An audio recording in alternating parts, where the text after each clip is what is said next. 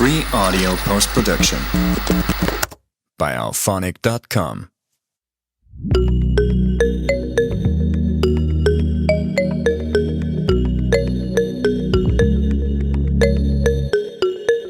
Hello everybody and welcome to episode 2 of the Icon series. I am so happy that you have continued on this journey with us. If you haven't checked out episode 1, go and take a look. It was amazing. I am sure you will like it.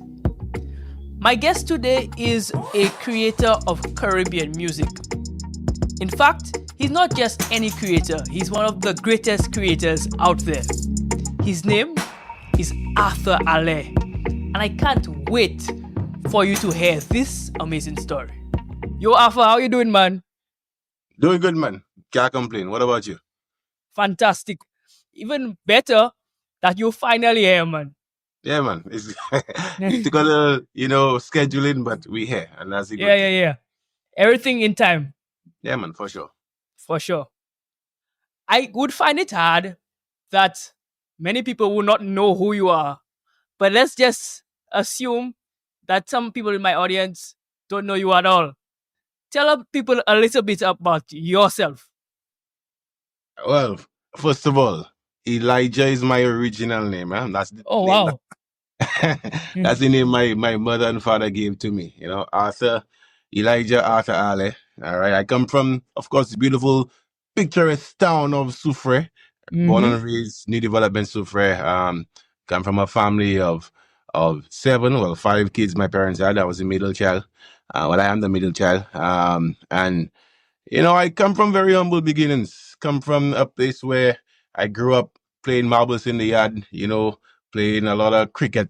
And that's where Arthur came from, first of all. During the 90s, there was a cricketer called Keith Atherton. And back then, so we used to call each other names of cricketers. So one of my partners was Shanda Paul, the next one was Lara. And I used to always get Keith Atherton in before the conflicts box. I don't know if it's Kellogg's or one of them boxes. And Atherton was always one of those. So I would always call myself Atherton. And then, of course, that was a little long, so the fellas had to call me Arthur. And that just stuck with me until. So I grew up in a lot of cricket. That was my passion. I always thought I'd play for West Indies, but that never happened. Yeah. And I'm a very easygoing person, very calm. Music has always been a part of me. I was a teacher for over 10 years. And taught at Soufrière Comprehensive, taught at Barbono Secondary, taught at Balata Primary. I'm a certified teacher, but I left that for focusing on major records and Arthur Allain, the entrepreneur. So yeah, there's a lot to me that a lot of people don't know, but of course, we're here to talk a little more about that. For sure. And we'll find out a little bit more about it in our conversation. I want to start from the beginning. Well, the beginning of music for you. All right. How did you even get into music? How did music become part of your life? It's hard to pinpoint the moment for me where that I actually got deep into music. But it started around when I entered secondary school, I believe. I think even before that, my father, he always had a hi-fi at home. He never would go out and play, but he loved playing his music, mostly reggae music. And every Saturday, every weekend, he'd be blasting music non-stop. And I would find myself, singing along to all of these songs.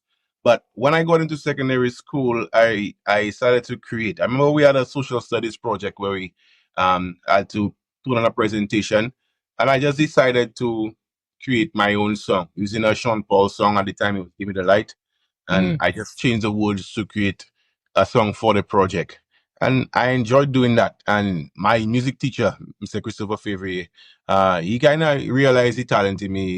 He invited me into the recorder band, the choir. I was very much into drama. Also even from a little before that too, I was into the folk band. My father was part of Soufrière Action Theatre. And I found myself every Christmas time, junior girl time, playing with the masquerade band. I would play either the bamboo or play the snare and the taboo. So that was kind of my introduction to music and performance. When I got into school, different projects, participating in shows and all that, I kind of sparked an interest in me. And the professional side of it, it came from that because whilst I would perform at Soufrière Comprehensive where I went to school, the Matrix band would often perform at the school as well. And they saw me performing at one of those shows. And when I left school, they invited me over to join the band, and the rest was history. Beautiful. So I'm seeing that a teacher saw something in you that you maybe didn't even see in yourself. Yeah, you could say that. So did that then also inspire you to teach music as well? Actually, I didn't start teaching music until when I moved up to Castries. I started as IT was my field, you know. Okay. Don't know that I studied computer systems engineering, and I taught that and mathematics. So that was my first area. But then when I decided to when my career at music kind of took off and I moved up to the north, I decided to focus. I wanted a lighter load, so I went into the primary school this time, and I taught at Balata Primary teaching music, and of course music is my love, so that was easy for me to transition to. Makes sense. Now let's switch to the career now. Where did you know that, okay, this can really become a full-time gig or at least a career for you? When did you know you were making it big? I feel like making it big. I mean, I'm big in everything is relative. Huh? So upcoming artists might look at me and say, boy, you're a very established Saint Lucian artist. You know, you travel in the world. And yes, I am. You know, I've come a long way from where I started. This year is 16 years since I joined the Matrix band and got into music professionally. But when I if you're talking about when I decided to go fully into music only and focus on that, it would be around 2017, thereabout. I started to realize that as much as I love teaching, you know, music was my true passion.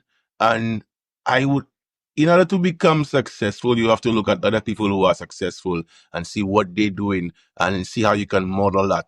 I'm the kind of person who go on Wikipedia and just read a professional's biography to learn their story. And, you know, I look around in Saint Lucia and see, okay, who can I model? So I would look at guys like Ronald Buhingson, who has made it. You know, I think he's a very successful musician here. So I'll talk to him and ask him, like, you know, how do you go about doing certain things? You know, get his mentorship. Guys like at the time, Lebo, you know, rest in peace. I'll talk to him about how he would go about doing certain things. And I'll look at other guys on the circuit like Shane Ross, Siobhan Seeley and other guys who were doing music. And I was like, you know, get me in on it. And I learned I had to decide, okay, let me focus on improving the band evolution at the time, me doing my own solo stuff, the hotel segment, the merchandise segment, all of these things. And I was like, I can push this thing to bigger than where I want it to be. And I just decided that one day I'm going to leave teaching. You know, I told my parents about it. You know, my mother was a principal at the time. She's retired now. My father also in the school system. I was like, hey, I think I'm going to just focus on music entirely. And she was like, you have a plan? And I'm like, not really, but somewhat. And I just decided to go all in. And that was the best decision I made. I ended up going back to teaching during the pandemic. That's another story. But I just decided to go all in with it. And it worked out in the end. Beautiful. Now, I know that the release of Numb was a big point in your life. You know, I've heard you speak about that oftentimes. What did that song and the success of it mean to you? Yeah, I mean, it meant the world to me at the time because at that point it had already been 6 years professionally doing music, but also about 10 years since my first writing or you know, actually getting into music. So, and before that, it was a lot of a struggle basically to get any song in rotation. You know, luckily for me, the year before I had done Jumping Alone with the same writer, Daniel Lubois. I met her at Teachers College, and she was like, you know, she's really wanted to write with someone, and she's never had the opportunity, and like She's seen me around and she sees the potential and she's like, let's work together. Would I be willing to sing a song of us? And I did jump in alone. The song didn't kick off that year, 2013. It didn't really kick off, but it started to get a little buzz. I got on shows like Euphoria was just starting off. Color Me Red, Thaddeus Antoine met me at one of the shows and was like, young man, I see a lot of promise in you. You know, I want to put you on that show. I can't offer you so much money, but you know, we want to just give you opportunity. And these little things kind of helped with Numb the following year, because by then now some people were starting to acknowledge, hey, this Arthur Allain guy, that guy from Soufrière that sings with the band, he has some potential. And when Numb came out, it didn't take off initially. But I remember JD Ajapia, she was the Prime Minister's press secretary at the time, and she was in love with that song. And she just kept, I didn't know who she was, but she just on Facebook always posting non-stop, my king, my like. So other people who were tuned into her page, whether for political or other reasons, you know, they started to tune into the song as well. And then I met Kidel Sonny to Daniel Dubois, and we decided to shoot a video for Nam. And then Nam just, you know, after I ended up winning the Groovy Monarch, of course, that year. And that was, you know, the start, like, yeah, boy, you're finally getting somewhere. Because even with the previous year, people were like, oh, the cheat tune. And I was like, nah, I was just happy to actually finally be making an impact. And Nam after Soca Monarch just became like an anthem. And to this day, it still plays in parties. You know, sometimes I still sat my set with it because it's just that song that people resonate with, you know, and it's a song that I produced myself as well, producer and co-wrote with Daniel. So it made it even sweeter to me to know that, you know, I was making an impact with my contribution. Beautiful. I am very, very interested, you know, in that process. And I realized that, you know, it takes a village really almost to produce a song. Because I'm seeing connections with Daniel Dubois, with Kidel, a whole set of individuals. And often, you know, sometimes people only see the artist, but it's a whole ecosystem. Yeah, man. At the time too, we just wanted the blessings of going to Teachers College. I had a group of friends from Ancillary, the Youth on Fire Ministry, Kate and Alice, big up to them. You know, there was a whole core of teacher friends who were rallying with me. So they were part of from my video to my stage presentation. It was a real team, and Kidel was just getting started in videography too. He had done a few things before, but he was finally trying to find his niche. Daniel, of course, getting in there, creative direction. It was a real team of us, you know, that came together to kind of elevate each other, and it really worked out in the end, and we were making that impact on the ground, that little buzz that was needed for each and every one of us. Right. Now you mentioned Soca Monarch. How many times have you won that competition? 6 times, yeah. 6 times. All right. Was that a specific dream of yours coming into this? Nah, Soca Monarch was never the dream. I'm someone that do like competition, first of all. Okay. I've never enjoyed competition. It's never been about competing for me. You know, Soca Monarch did what it had to do for me in terms of, you know, in our Caribbean culture, or the soca culture, is very much a part of it, you know, and it gives the season a boost. It gives the songs a chance to, you know, get out there, and people are zoned into it. They tuned into it, so it really helped to put Arthur Allain out there and give me a platform, basically. So, you know, I never set out to say, boy, I go win 1 for the 6 Monarchs. It happened along the way. I saw the success it brought me. In the start, the finance was not the best. The first time I won, it was only $10,000. I probably walked out of the Soca Monarch with maybe less than $2,000 in my hand. Yeah, I'm telling you, after I paid everybody and paid my everything, my presentation, it was nothing. So it wasn't about the money at all for me, but it was about using the platform to create an impact. Beautiful. Now, you know, I know that people typically associate that type of music with the carnival season. But what I have seen you do in particular is utilize it also outside of the carnival season. Do you think that is important, and is it done enough? Yes, of course it's important. Is it done enough? I don't think so, which is probably why soca isn't where it's supposed to be. I tend to try to create music that's anthems. If you look at songs like no matter who you are, even if you're into carnival, as much as it says carnival in it, it's not a carnival song. It's about upliftment and breaking away, being free and no, from the first line, nobody don't know how hard that I working, how the money making, how I surviving. That's something that can resonate with people from all different walks of life. Everybody has their struggles. Everybody has their different things that they encounter. And, that's the kind of music that can last for a long time. I'm a Saint Lucian, I'm a West Indian.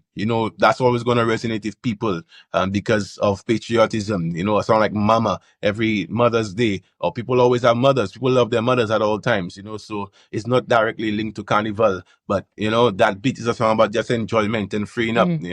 So I try to write music that's not that it's not just for the season, something that can, always resonate with people from all different walks of life, whether you like soca or not.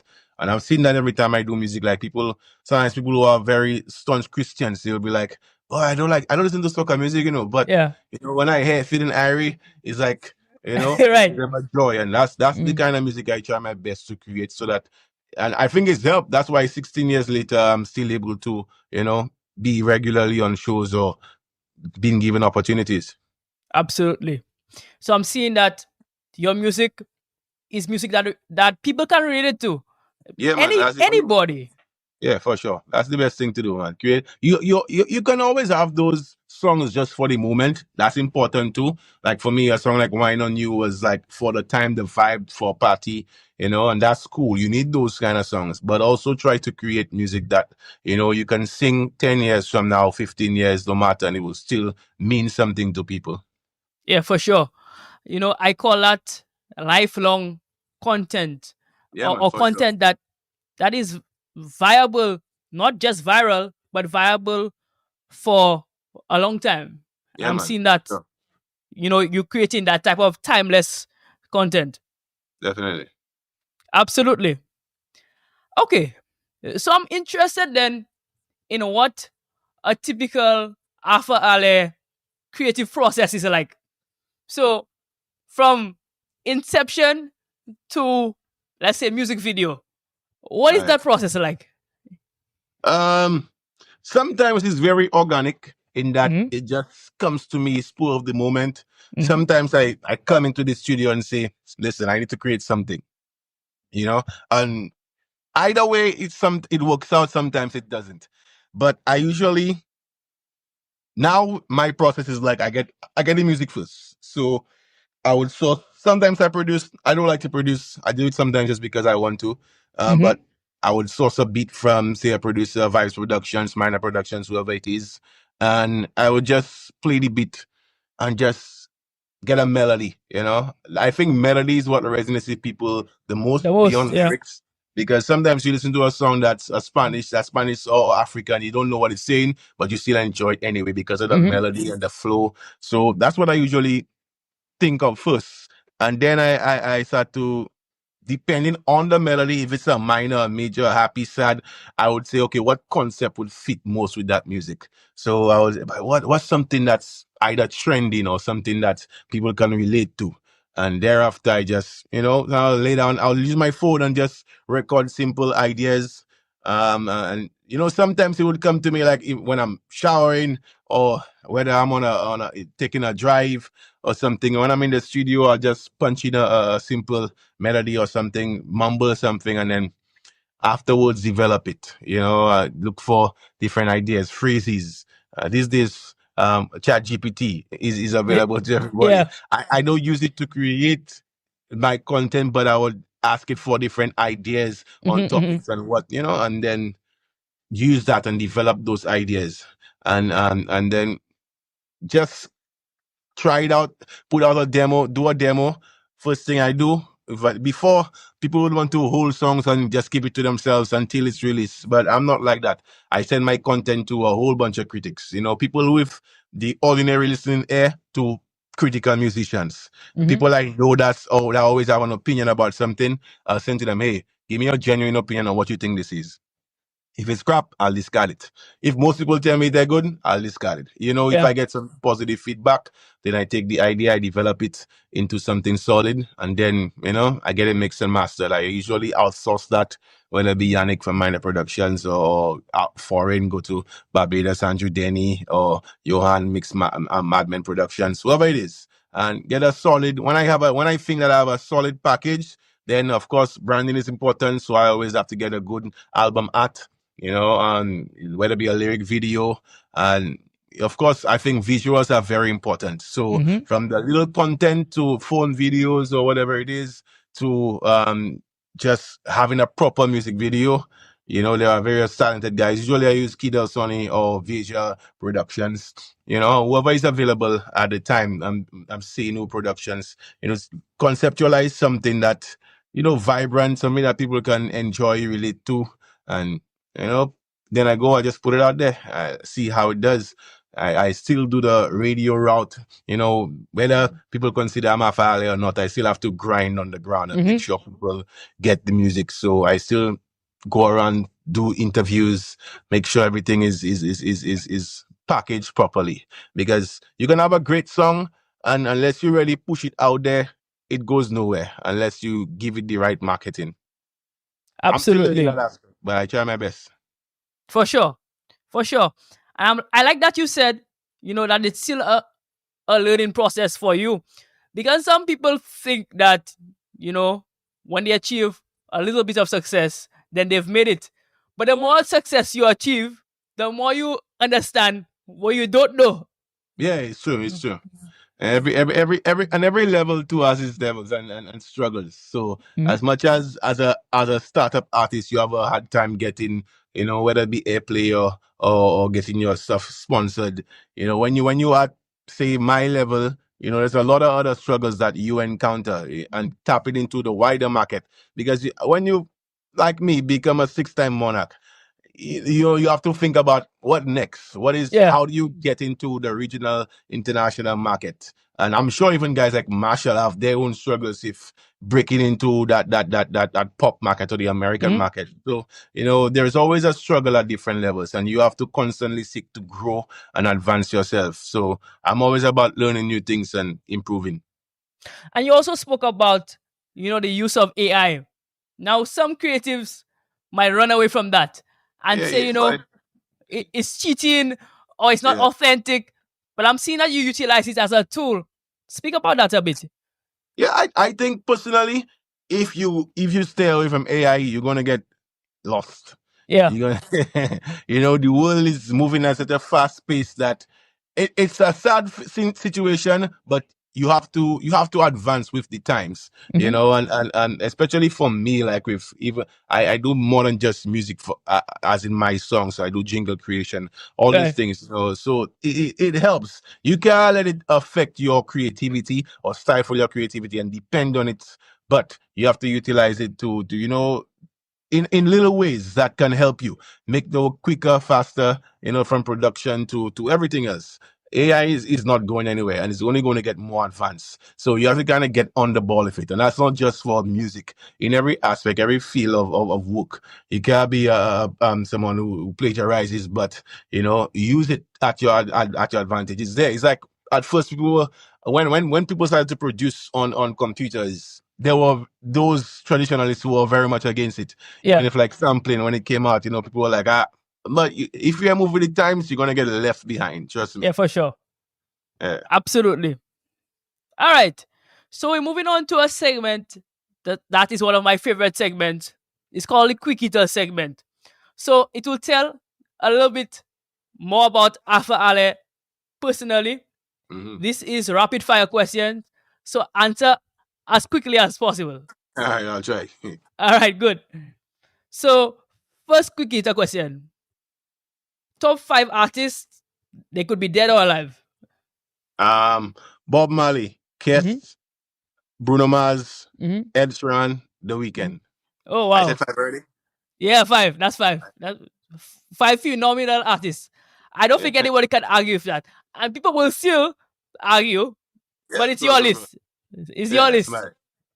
That if you go on my playlist, that's what I listen to most. Okay.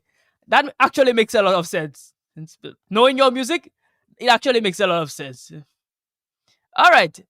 Next question. Who is your hero? Well, That's a hard I can't. question. I don't really have a hero per se.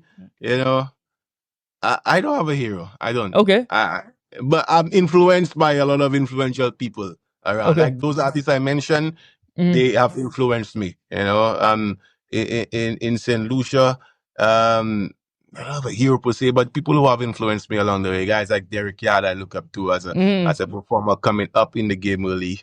You know, and just seeing other people in Saint Lucia who have had success, like the likes of Boo Hinkson or Darren Sammy, and even now, Julian Alfred has Yeah. inspired me so much to want to achieve even greater. Beautiful. Final quick hitter question. Who would you like to see on this podcast? Uh, I know you know a lot of people. So let's name one or two. My protege T Blacks, he's had quite a story, so I'll big Okay. up him, man. Yeah. We actually had him here in the early goings, but it Oh, wasn't nice, man. a great episode. So I'll have him here again. Yeah. Cheers. I was still learning the game, and it was still new. So we can always have him back. Of course, good vibe, man. But that's a good vibe you're doing, man. I think we need more podcasts and stuff happening from St. Lucia, to showcase, the talent that a lot of people are out there, but their stories are not being told too. So Yeah. keep up the good vibe, man. Absolutely. Thank you for that. All right, bro. So we're moving on to the back end of the interview. Like you mentioned a while ago, you have many artists who look up to you and you help a lot of younger artists. I know Bill Seeker Stanislas is one of them. We've had him here. I know, like you said, T Blacks is one of them. The last time I spoke to you at Saint Lucia Jazz, we had a conversation about why you do that. Tell the audience, why exactly do you do that? I personally believe that you gotta be the change you want to see in society, right? When I was coming up, I won't say that there weren't people who helped me. There were quite a few who did eventually lend a hand. But a lot of times we don't know how to access those people. So it becomes tough and we find ourselves lost and in a world of our own, trying to struggling, So I remember when I was doing the Arthur Allain challenge, I just sat back one day and was like, what can I do to better the industry? There are no platforms. How can I create a platform that will provide the opportunity to one upcoming artist? And I just went out and do it. I always believe, and that's something my mother always told me, giving is receiving. So not that I do it to receive something, but I'm never afraid to give. I'm never afraid to support. I believe that there is enough for everybody. A lot of times we fight for what we feel is crumbs, but there's abundance in the world today. And we should never shy away from, sharing, whether it be knowledge or whether it be our time, our physical space, whatever it is, because at the end of the day, it's not taking away from you. It's only going to help you in the long run. Some of those very same people that you assist, some of them will backstab, some of them will hate on you, some of them will do different things that you may not appreciate. However, it will never overcome the good that will come out of you doing good for others. So I just try my best to do that, and it's always helped me. I think that too has lent to my longevity in the industry and given me opportunities that I probably would have never had. Absolutely. Absolutely. And I'm sure these individuals appreciate that. And, from what they say, they swear by your guidance and they respect you on that level. So on behalf of them, I do thank you for doing that. Yeah, man, respect you, tag. All right. I know that you are a family man, right? And you have a pretty young family. Yeah. In your advancement, particularly in the last few years, how do you balance work and family life? It's relatively, no, I wouldn't say easy, but because my nightlife is consumed by entertainment and going out and perform. But luckily, between my wife and myself, we've created a schedule where we get to see each other enough. We both work for ourselves. My wife is a psychiatrist, so she Okay. creates her hours, and I create my hours as well from the studio to, my work outside. So it balances itself out. You have to make time for what's important. And I think beyond anything that we can achieve in life, family is everything, For sure. and when you have that, it motivates you, first of all, to go even harder, and you should never lose sight of what you're working for, so I always try my best to make time for the things that is important. And trust me, no Soca Monarch, no gig outside, no Grammy, no award, nothing can compare to the joy of the love of people in your family, and having my daughter, for example, that is the greatest joy that's ever come across. Despite the trials and, the headaches and sleepless nights, and just be there easy being a parent. Yeah. But the joy that comes from it is even greater than any other success you can have in life. So you have to make time for that and appreciate that to the fullest. For sure. For sure. All right. Final question to you. A word of advice for a young artist who looks up not just to Arthur Allain, the artist, but Arthur Allain, the man. What advice would you have for them? My advice is usually the same in terms of patience, perseverance. That's my two favorite P's. Mhm. Like I said earlier, it took me 6 years professionally before I started to create any bit of impact, and it took a long time. I'm still going, and it's taken a lot of patience, because there are many times that I felt like giving up. You might see me right now and think, boy, it's been a smooth road. I've had success upon success. However, I've had my fair share of trials and tribulations, but I've really had to persevere and push forth. So don't give up on whatever it is you're trying to achieve. It doesn't have to be music in particular, whatever it is. Take it step by step. You might see those speakers behind me, but if you saw what I started, if it was basically nothing. I didn't come from money. I didn't come from great stature. I came from a humble background, and I grew along the years. And I really had to push forth and just understand that everything in life takes time. Sometimes when it comes quickly, it disappears just as quick. So you got to just keep going, keep focused, and eventually one day, if you have that strong mindset and that will and that drive, you'll achieve everything you want to achieve, man. So keep going.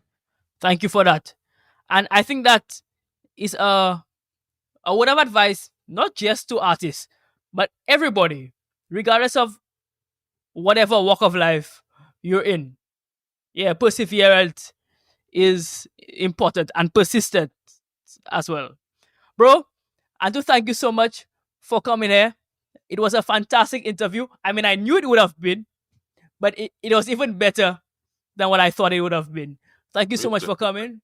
You are an icon. You might not consider yourself an icon, but I'm telling you that you are one. That this is why I am happy to have you as part of this series and on this podcast. Yeah, man, give it time. I appreciate it, man. And thanks for having me. Big up to everybody who's been supporting me through the years. I appreciate y'all to the fullest, and hopefully we can see even greater things coming from myself, yourself, all of us. So I just looking to great, big and better things, man. Look out for me the rest of the year, next year. It's gonna be a whole lot of more music, good vibes, positive energy. Saudi. Yeah, man. I was surprised that it did jump earlier in the episode, but I know the sound it was coming. True. Yeah, man. All right, guys. This has been yet another episode. And to thank you for coming on, remember to like and subscribe. Of course. Remember to follow us on Spotify, Apple Podcasts, wherever you get your podcasts. Game Changers is available. Anyhow, until next time, I'll see you then. Yeah. Bye-bye.